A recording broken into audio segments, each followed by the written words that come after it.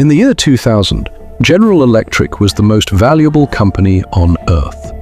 Its market capitalization stood at $594 billion. That number wasn't just large, it was gravitational.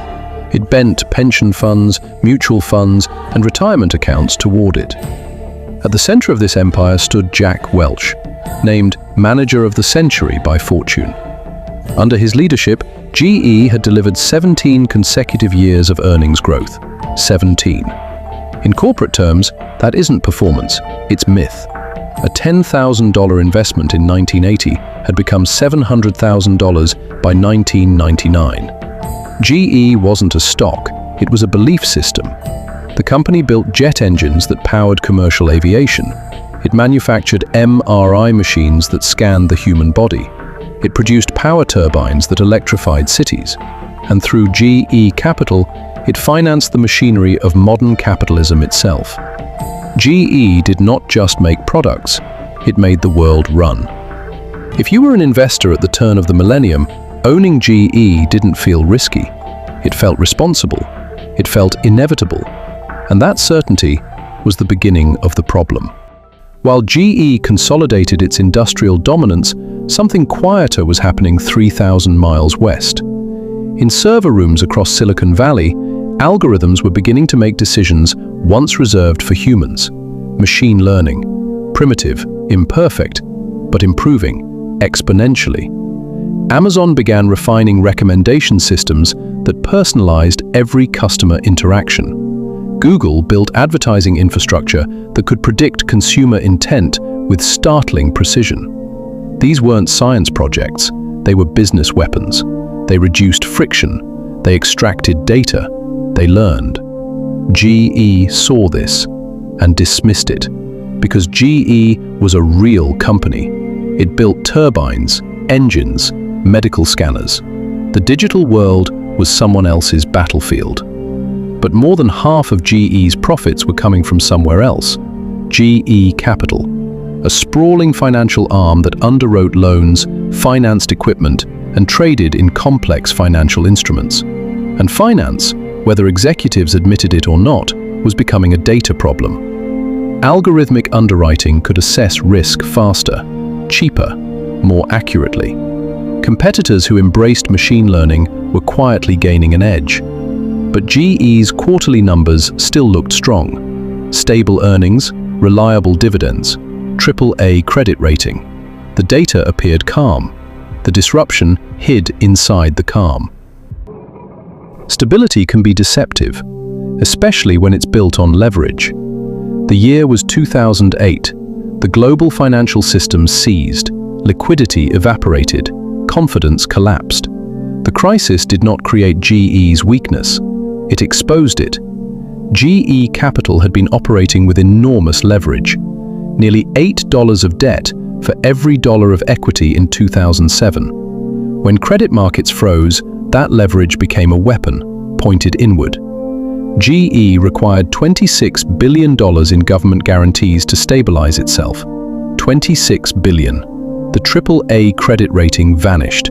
The stock, which had traded above $60 at its peak, collapsed towards $7. For investors who believed GE was unshakable, the fall felt impossible. But internally, the problem wasn't just the crisis, it was structural. The financial arm had grown so large, so complex, that it overshadowed the industrial core. Earnings had been smoothed, volatility had been hidden, risk had been misunderstood, and when the tide went out, the leverage stood naked.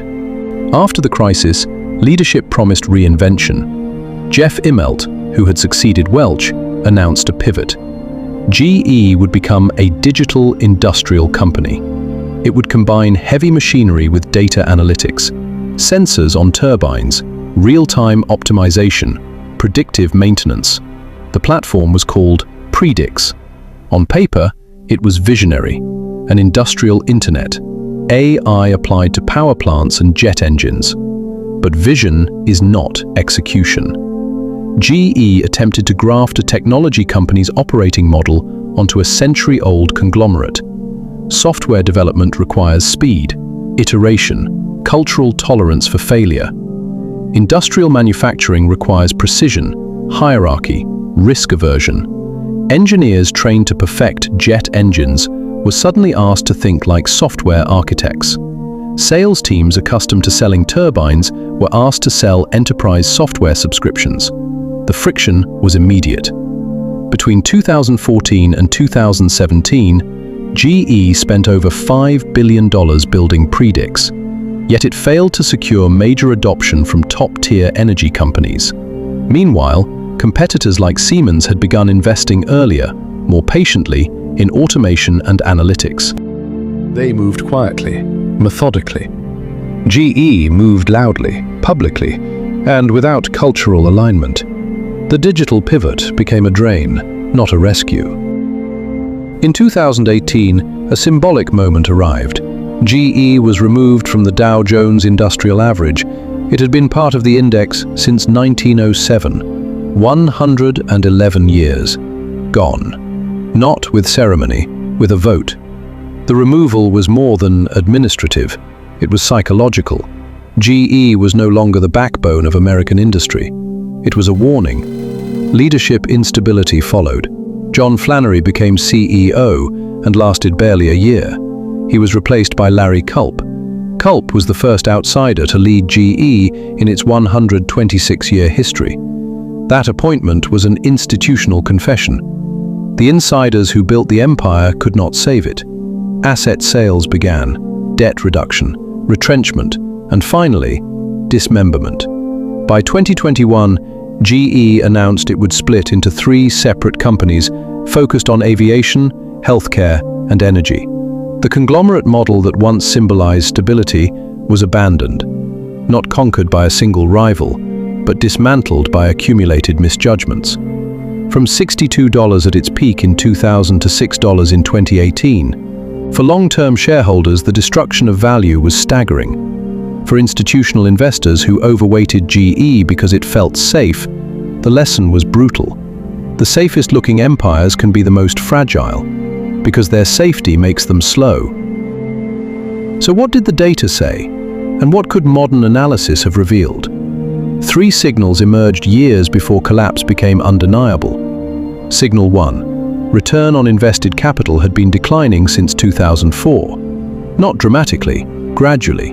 Earnings per share growth masked the deterioration. But capital efficiency, the true engine of long-term value, was weakening. Modern AI-driven fundamental analysis flags divergences between EPS growth and ROIC compression automatically. The signal was there. Signal 2. Leverage.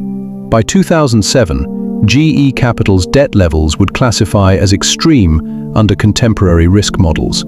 High leverage magnifies returns in good times. It magnifies collapse in bad times. The crisis did not surprise the balance sheet. It exposed it. Signal 3. Language. By 2016, transcripts of GE earnings calls revealed increasing hedging. More phrases like positioned to, progressing toward, long-term opportunity, fewer precise metrics, reduced specificity around client adoption. Natural language processing models today detect these shifts in tone. They quantify uncertainty. They flag narrative drift, years before the stock reflects it. The lesson is not that AI would have magically saved GE. It's that data was whispering before the market was screaming, and few were listening. GE did not fail because the world changed. The world always changes. GE failed because it believed its size insulated it from change, because complexity obscured risk, because leverage disguised fragility, because cultural inertia slowed adaptation. The empire did not collapse overnight. It eroded, quietly, gradually, predictably, until the illusion of permanence could no longer be sustained. Conglomerate complexity hides risk. Return on invested capital matters more than earnings per share. Digital transformation is cultural before it is technological. And the greatest threat to an empire is the disruption it chooses to ignore. If this story sharpened how you see risk, subscribe. In the next episode, we examine Netflix, a company that faced disruption and didn't resist it. It weaponized it. I'll see you then.